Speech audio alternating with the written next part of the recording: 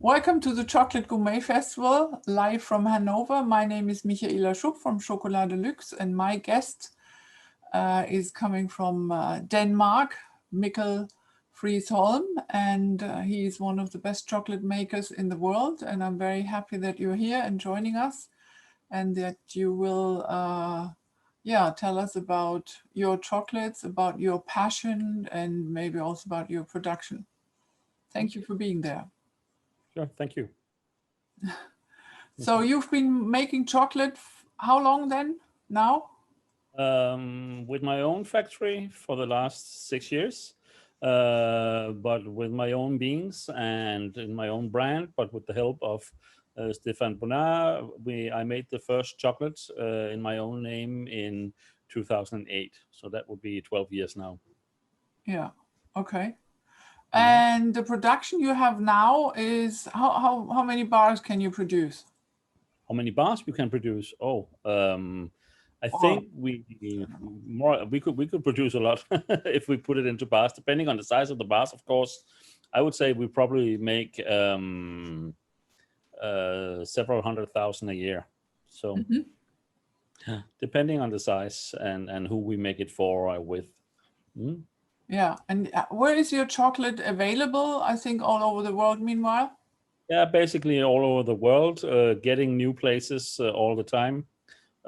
Just starting up a place in Ireland now. That was a new place for us, but more and more places has our chocolates, which I'm super happy about.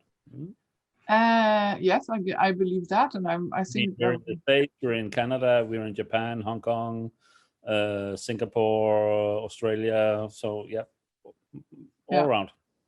And how many different flavors do you have? Oh wow! I mean, if we count the types of bars we make right now, I think we are at 29 different different chocolates, and I have number 30 coming up quite soon. That's in our own brand. Then we also produce for a few others. Danish customer, we make 3 specific bars for. We make a very nice dark milk together with Dwayne Dove from Trinidad and Tobago. Yes, I know that one. And we also have some customers we do white label work for, so different bars there also. Yeah, and then we have the 29 different flavors, and we make almost all of those in 25 gram and in 100 gram size. And then we have, I think, about 18 of our varieties. We also make in a small 5 gram Neapolitan. So yes, yeah. And do you also make bonbons? We just started with the bonbons a year ago, very slowly, and we make different bonbons, and we make the Danish cream puff called flødeboller, very nice, and this is a new exploration for us to do this also. It's complements the pure chocolate, which was what we started out doing. Now we can also make it all the way to a praline, to a bonbon. And I think that's great also for people to understand what we do. Yes. And do you still work with Peter Svenningsen? Peter, he has his own little setup now together with a guy called Jakob. They call themselves Nordic Chocolatiers. But he still buys some of his chocolate from me. So yes, we still work. It's his birthday today, by the way. So, happy birthday, Peter. Yeah, so I talked to him this morning. But yes. Okay. Fine. And you recently just won a lot of awards at the European bar competition, which was very nice. Oh, so happy about that. Yep. Yeah. And there were also some of the flavored bars. Yeah. We have made during the last year, we have made 4 flavored bars with Japanese inspiration. Small spices or citrus, yuzu shell, or soy, all coming from the same little area, Wakayama Prefecture, south of Osaka, in Japan, where I found some fantastic raw material, which I felt would marry beautifully with some of our chocolates. So we made a dark chocolate, my Medakla chocolate, with freeze-dried soy sauce. Mhm. We made white chocolate with yuzu shell. And we also made, this was the winner for this year's flavored milk chocolate with the Sancho pepper, which is a slightly spicy, citrusy pepper type, especially when you have the spring harvests, which we use here, the Puro Sancho, which complements the milk chocolate very well. And then we just finished making our Nicoliso chocolate, but with green cinnamon leaf, Japanese cinnamon, which is kind of a dark cinnamon, almost Christmassy chocolate. So that this complements the quartet I wanted to make. So Okay, very nice. And are you experimenting also on more fermentation processes? Well, I mean, last year we made the emphasis and the focus on the drying part of the fermentation and drying process. So we made the Madagascar beans with the fast dried and the slow dried version. So you can also experience the difference that how the fermentation ends, how the drying takes place is very important for how the chocolate tastes. I think we could make many different fermentation experiments if we wanted. But I think the ones we have made now puts an emphasis on the things I think is important to understand and learn, which is we have the double turn and the triple turn, where we just have one little tiny thing that we change in a chocolate, and it totally changes character. And I have my Rugoso, which is with the bad fermentation and the normal one, where the bad fermentation is the thing that if what everybody else would call very under-fermented cacao is, for me, one of my top 3 cacao. So it's definitely not under-fermented. And my point in this is also to make people understand that good fermentation is about flavor and not about the color of the finished fermented bean, which is how the big companies look at it. There's just 2 different worlds, 2 different ways of looking at the beans. I mean, if I get a sample of beans that would be very good for Nestle, for me, they would be way over fermented and probably totally without taste. Whereas they look at the beans I use and they would say, oh, they're way under fermented, we could never use them. But this is, again, how you work with the chocolate and what you want to experience, because if you have a very high degree of fermentation, you have very little acidity, you have very little tannin, you have very little of the original flavor of the bean. You will have a more chocolatey, flatline chocolate.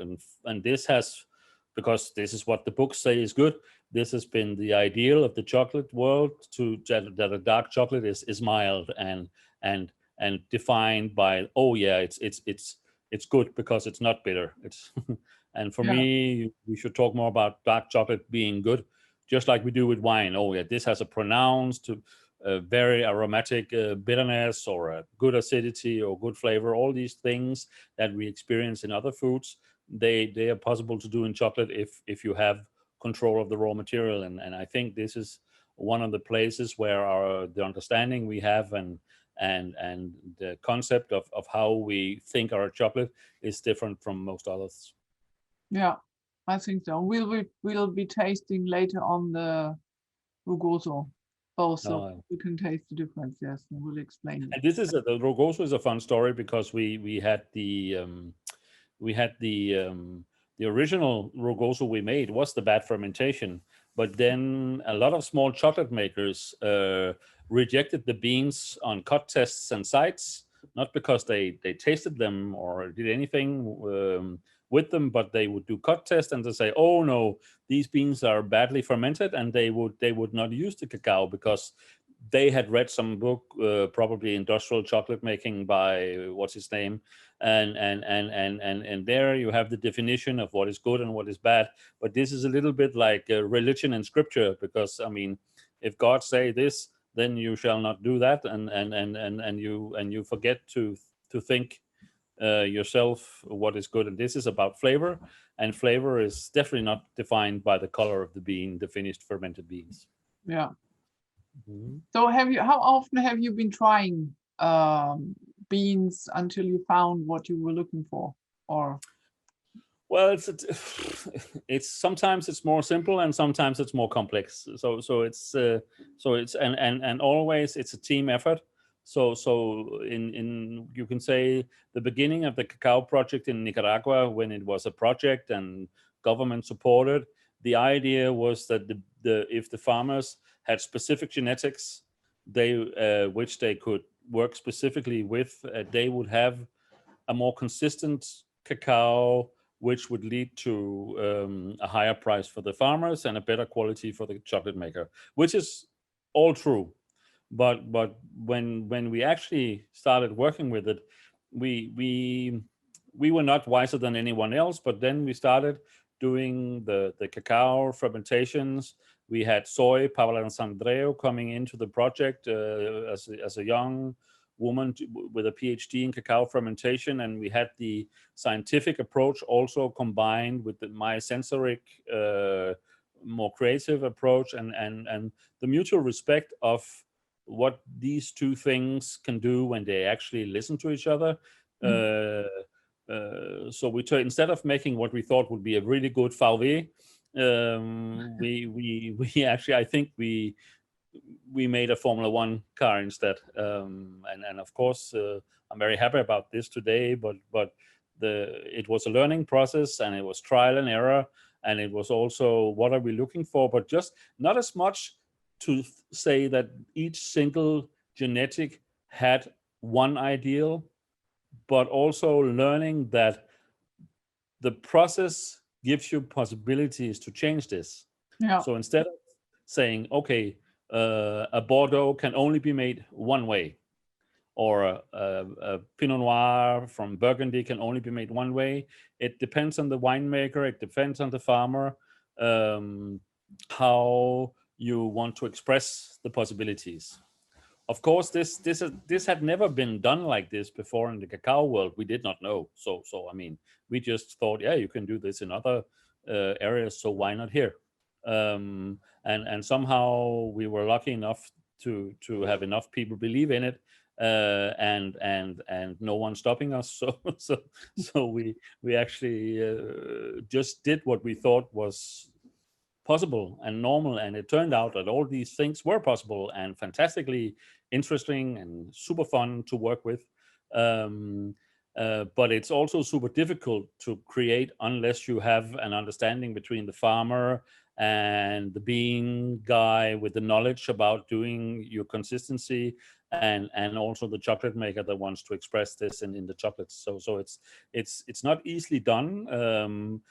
We did not know. If we had known how difficult it was, perhaps we had never done it. But I'm very happy that we did today. So yes, it's also believing, but also taking a big responsibility for all parts in the chain to be able to do what we did. Yeah.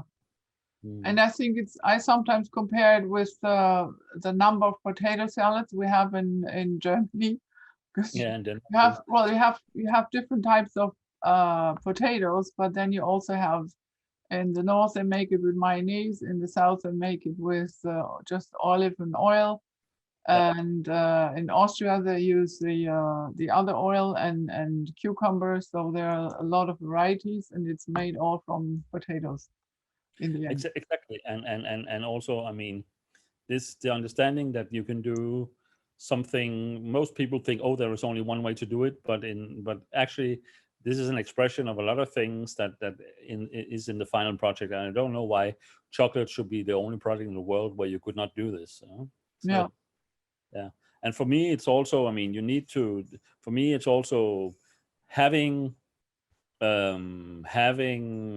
the consumer understand that if you only talk origin, it's like saying French wine. Yeah, I mean, French wine is a lot of things. Yeah, and so if you say Ecuador chocolate, there is no such thing as Ecuadorian chocolate, as you know. Yeah, of course there is, but calling it Ecuadorian is like saying there is only one type of red wine, and it's French, and that's so we need to be much more curious about what you do, and I think this is also what drives us, is the curiosity to see what we can do. Yeah. But at some point you also, I mean, I think right now we have proven the point with the fermentation.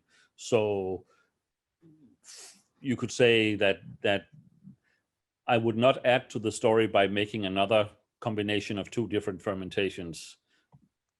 There is enough understanding in this. So now when I make one of my other chocolates and I don't do a pair with different fermentation, it's not because I don't want to, it's just because I like the one better than the other. So this is how I do it. Yeah. The double turn, triple turn, I thought when we did it the first time in 2012, for me was, oh, this is interesting. I want to show it to the world. Because this will change people's understanding of what cacao is, both cacao and chocolate. And making another pair like I did with the Rugoso was also to prove a point about what is good fermentation and what is bad fermentation. So you have to understand that this is also, it's a lot about your understanding of the raw material, and it's also about how you treat your cacao at the factory, which again, most people say yes, of course, but this is not of course when you actually go into the world of chocolate making. So it's a completely different world what you do and the other, well, like-minded people, and they are getting more and more compared to the big industrial players. Exactly, because the big industrial guys, they are making single origins now, and they're making all kinds of fair trade and planetary and whatever, because that's easy for them to do. It's easy for them to replicate that.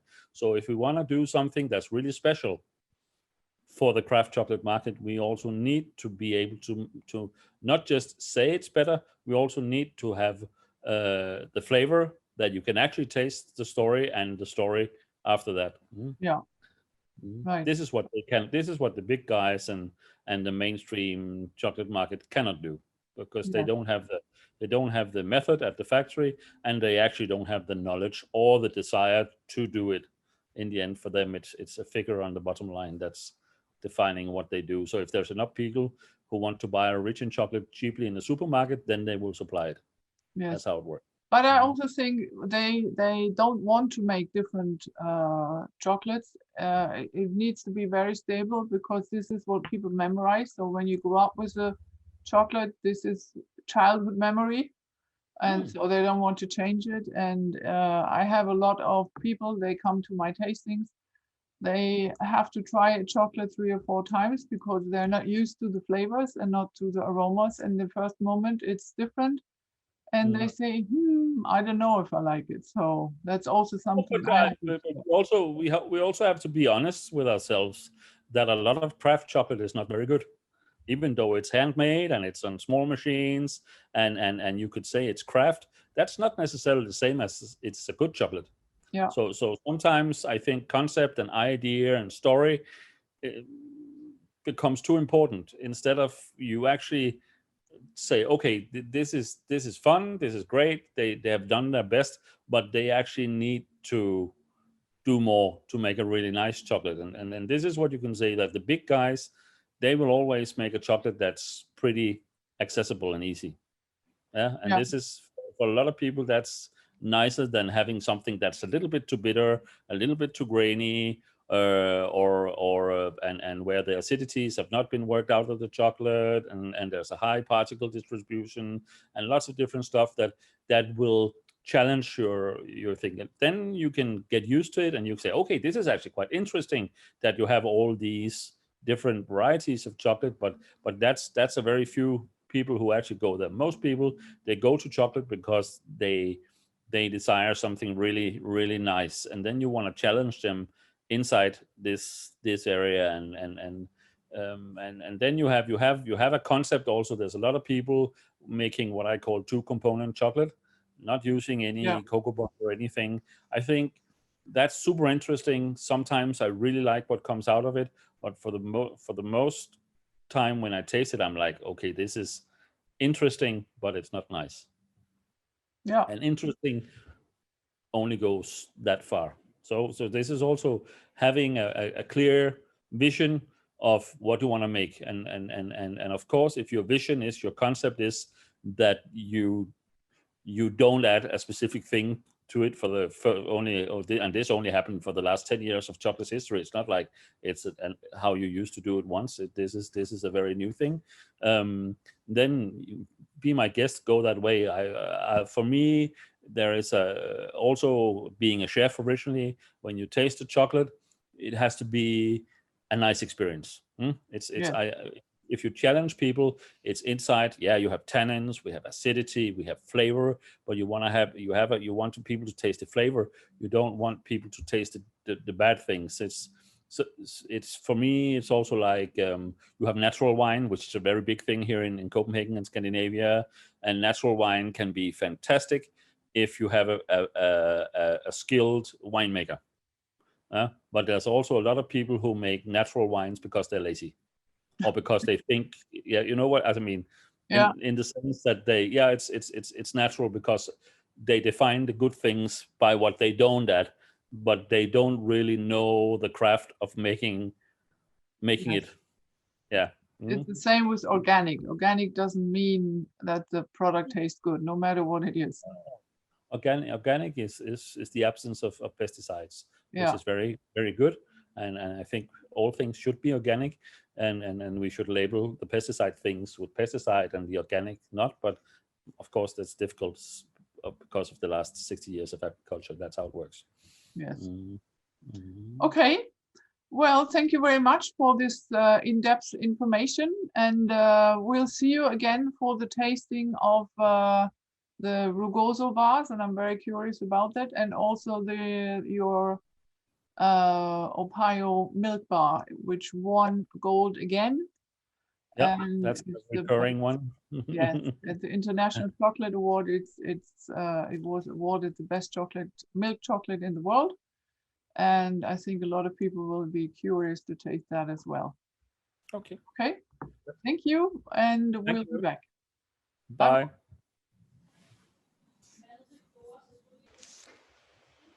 Hello, Mikkel. Can you hear me? Unmute like this. Yeah. Hi. How are you doing? Can you hear me? I'm fine. How are you? I'm fine. Excellent. Good. I cannot see you yet. I am on. It is recorded. Oh, there you are. Okay. Wonderful. So these are the chocolates we are going to taste. Yeah. Where do we start? If we taste the Rugoso, we should start with the bad fermentation. Yeah. Okay. Yeah.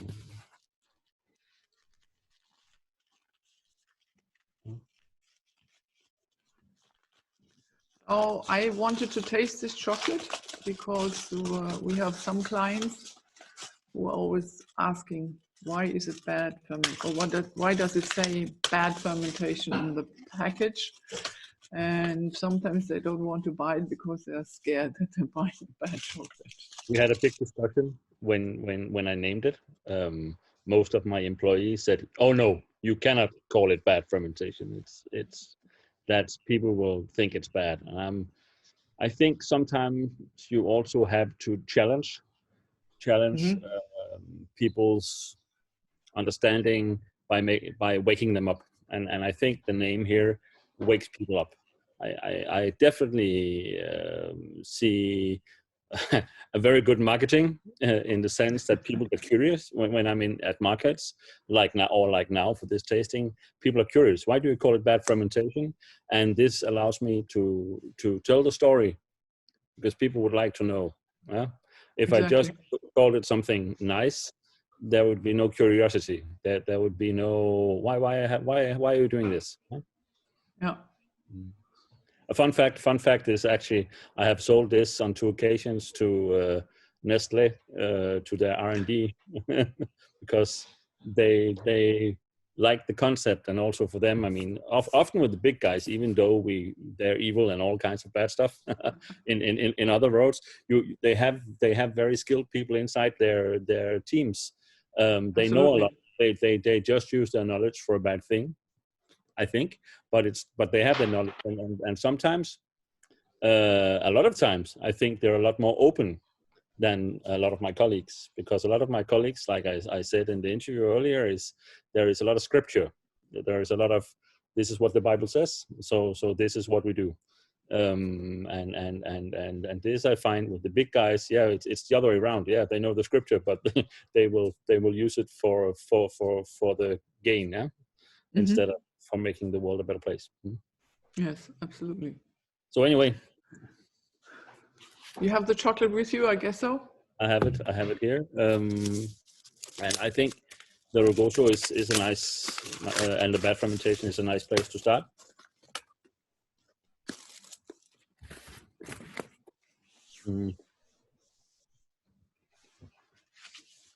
For me, this is probably the most, how do you say, the most different of my 6 single bean varietals. I think the Rugoso has some flavor components that are very unique. For me, there is plum, there are tannins.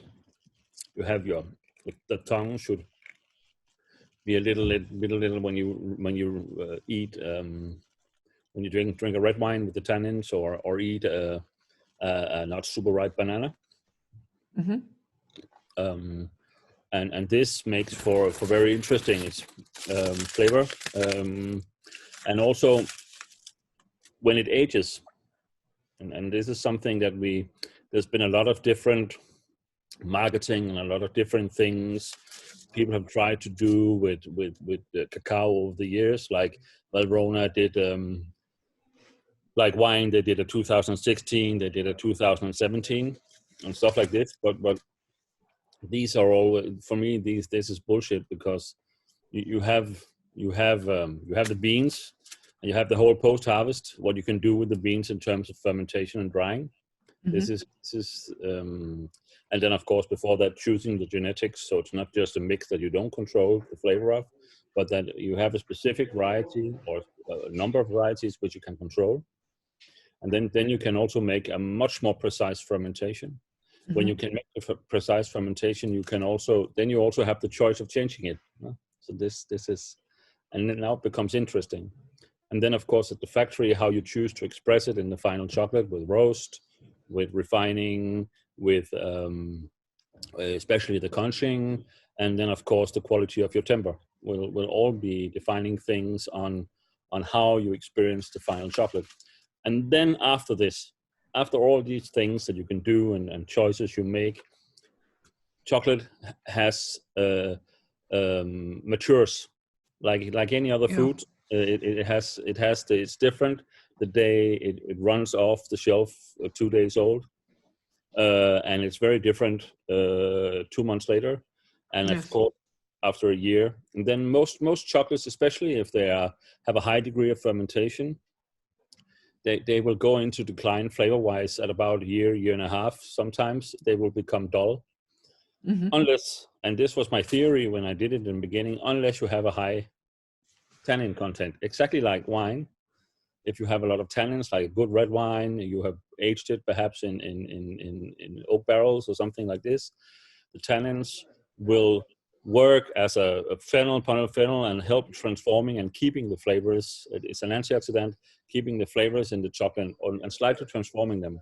So over the year, it will not disappear, but it will become more mellow, more rounded, perhaps a little bit more deep. It would lose some of the initial tannins because they will turn into flavor. So for me, this is also a chocolate that it does not have a 1 or 2 year shelf life. For me, this could easily have 3 or 4 years, where you can experience different versions of it.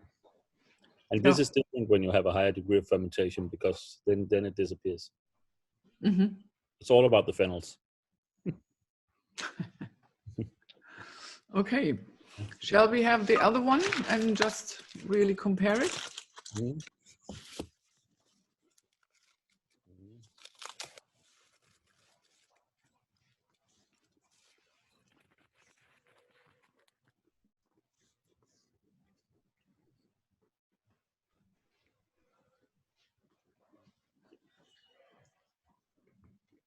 It's also a very nice chocolate, but it's much more easily accessible.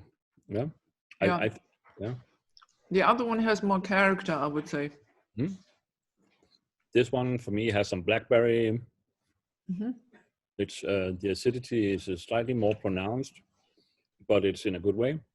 So the balance between the fat and the acidity and a fruity, some kind of fruitiness is there. It's still a very nice chocolate, but for me, it's Chocolatey also, yeah. also more chocolatey. It's more Mm-hmm. mainstream. It has a shorter life in the mouth if you compare the two. And This one, it's in a way, it's lighter. yeah.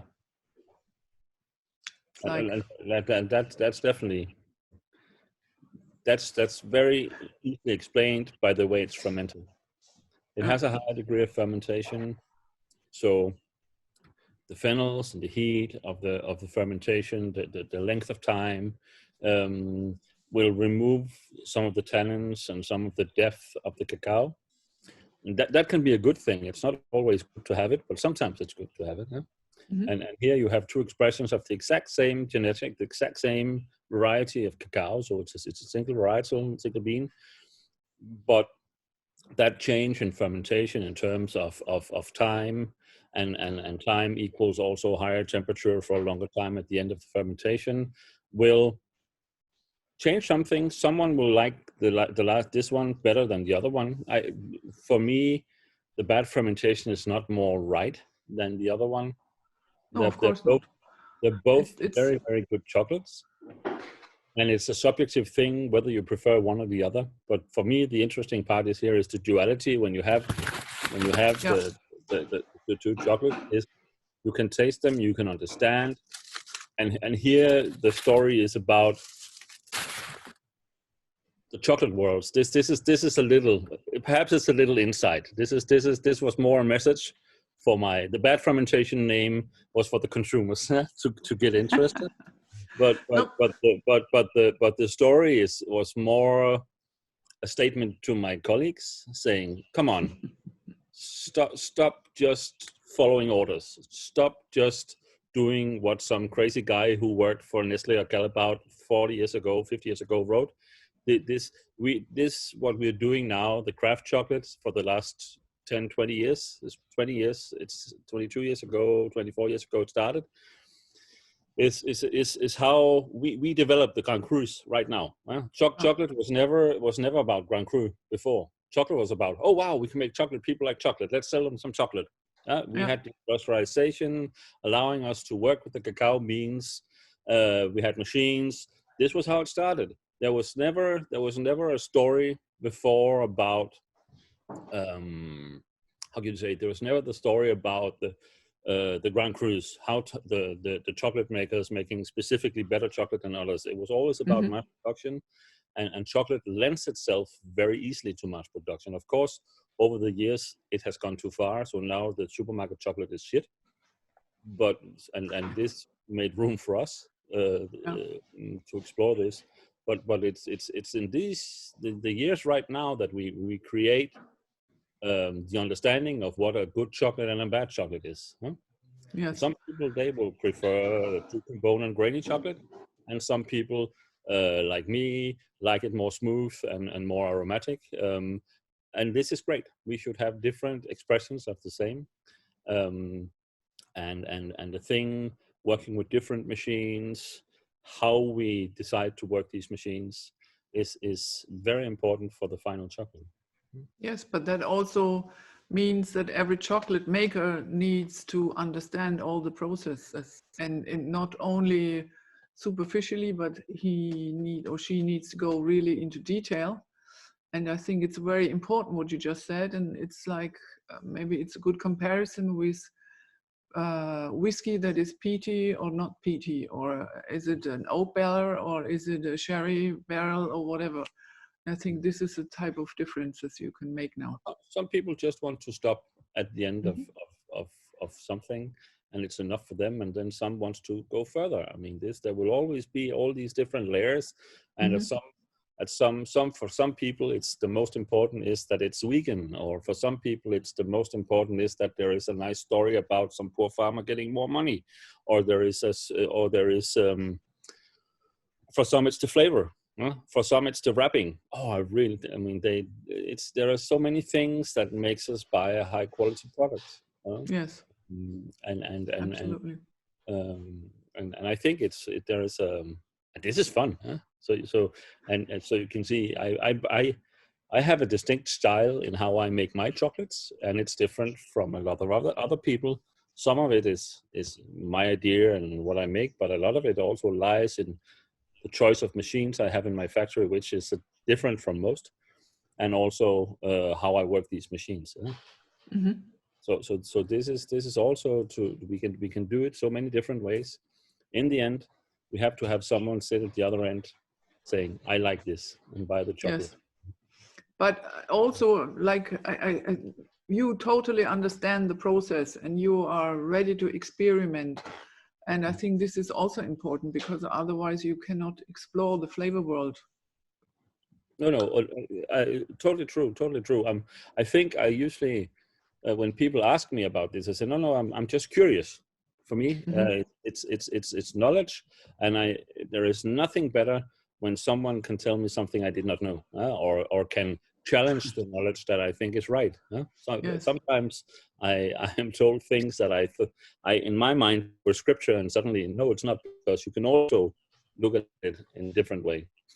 Sometimes I acknowledge the knowledge, but I disagree, and sometimes I say that's a great thing.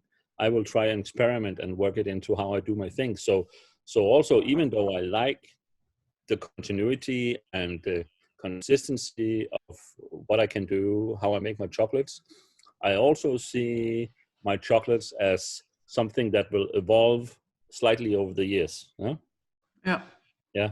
It's not, okay, this is how I do it now, this is how I do it in 100 years. That's not my thing. Yeah, it's constant, but I think that's also life. You constant develop, but you also have to be open to it. So if you keep saying, no, we have always done it this way, there's no development. And this is something I have met with some of my colleagues that have been in the business for generations, is that they have some passed down knowledge, which they don't question. Because they are born with it. This is how we do it. I mean, I like my Christmas the same way as I had it as a kid. And there's nothing wrong with it. But what happens is that then you will find people that say, well, that's great. I like the roasted duck, but I would like the roasted duck with something different as an accompaniment. Yes. So if you're not curious, then what you think is the best is instead something that becomes a relic, something that freezes in time, and I think that's never good, huh? Absolutely, I agree with you. Milk chocolate.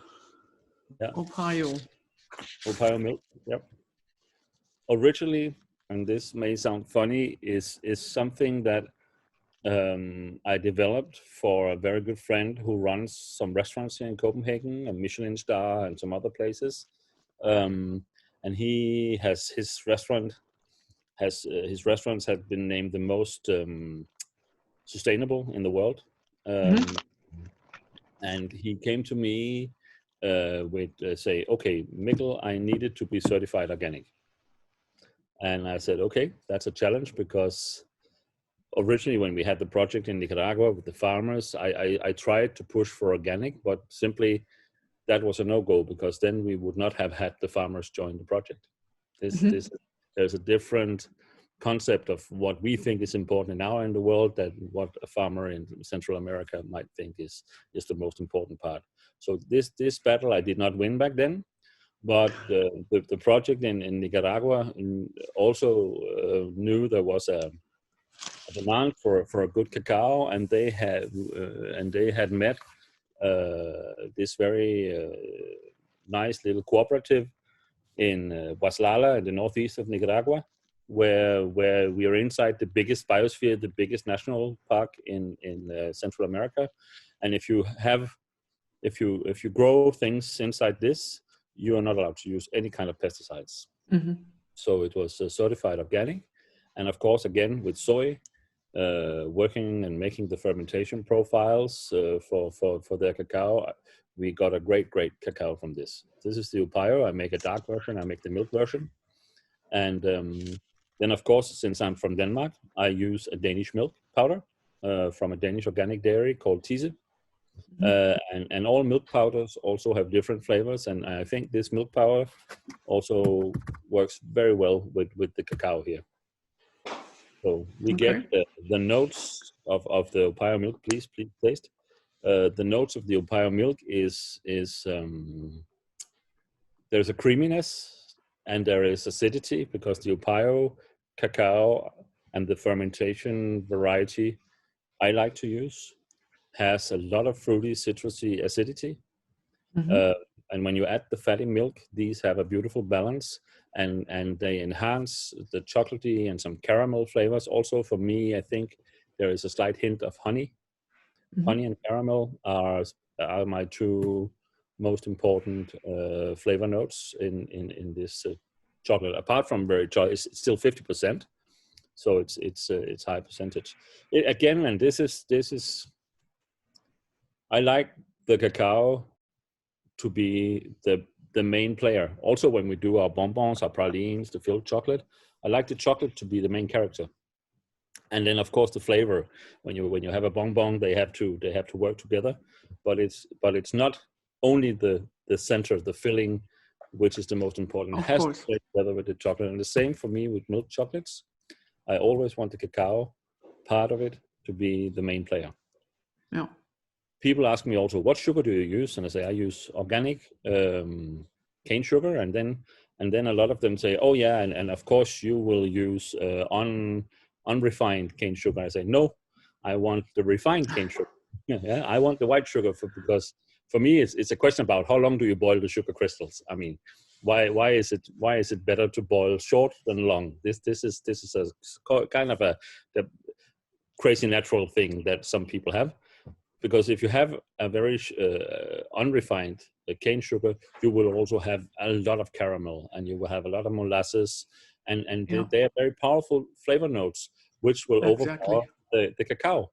So for me, the sugar is a tool to balance the flavor notes of the cacao. Mm-hmm. So I don't want caramel. If I want caramel, I can introduce caramel, but I want to taste the cacao. Huh? So this is the balance and the what do you say, when everything goes together smoothly of the milk, mm-hmm. the sugar, and the cacao for milk chocolate.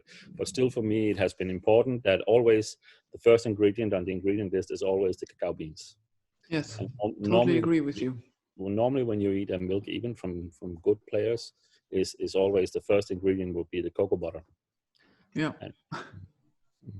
And I think that's a pity because it's about the cacao.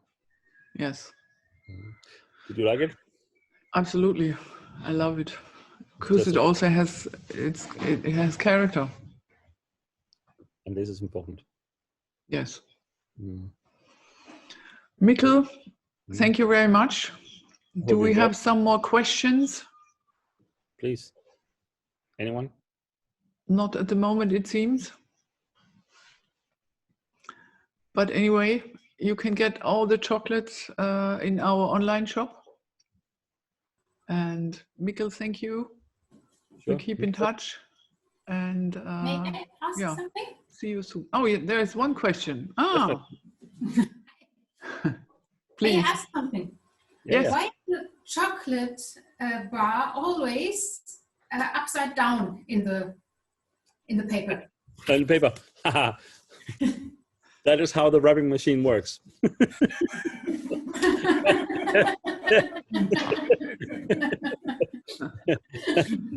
It's a good question. Listen, I have had this question before. Okay. We have discussed it. I mean, of course, a choice from us could be to turn to when we put it in the machine, we could turn it upside down. but then I'm sorry to say it fucks up. This the machine and the molds always have a slight degree on the side, so when you turn them out, they will release more easily from the mold. And this works the same when we put it in the wrapping machine, when it goes in and it's put into the tool where you fold the paper around, glue the paper, and it runs along. Then if it was like this, the machine crashes. So this is simply technical stuff. Yeah. Sorry. But Leonie is a big fan of yours. Thank you. Yes, I am. I love the chocolate even when it's upside down. Doesn't matter. There you go. That's good. It's a good question, because it might just be stupidity. Yeah, it might just be something we don't. But we think about this. You know, it's there's many things. People say, oh, why do you use aluminium foil? I say because, and then why don't you use something compostable? I say, well, the compostable is like using a one-time plate that you throw out afterwards. Actually, the aluminium foil, if you remember, and remember this, people, you have to put it in the metal recycling pot. Yeah, if you do this, aluminium can be used forever. Yeah, so already the second or third time it's reused, you have used less energy with the aluminium foil than you have with a compostable foil. Of course, the compostable foil, if someone is stupid enough, I hope people have stopped this many years ago, if you throw it in nature, it's a problem. But the most compostable foils, they are also something they don't degrade in 3 months. They degrade in 10 years, because they're actually built to degrade in 50 degrees or higher. So not even a normal compost will degrade them good. Eh? So always there are many small things that go into the choices you make. So here, why do we do one thing? Well, actually, because I think it's more. It's better for the environment in the long run if we learn to reuse and recycle our products instead of using a cardboard or plastic one-time thing. Yeah? Yeah. So it's always what you measure. Do you measure the immediate CO2, or do you measure the long-time resource things? So, yeah. And again, why do we turn it upside down? Well, that's how the machines work. Yeah. Mikkel, thank you very much. Thank you. Yeah, we keep in touch, and yeah, see you soon. Enjoy. Thank you. Bye. Bye.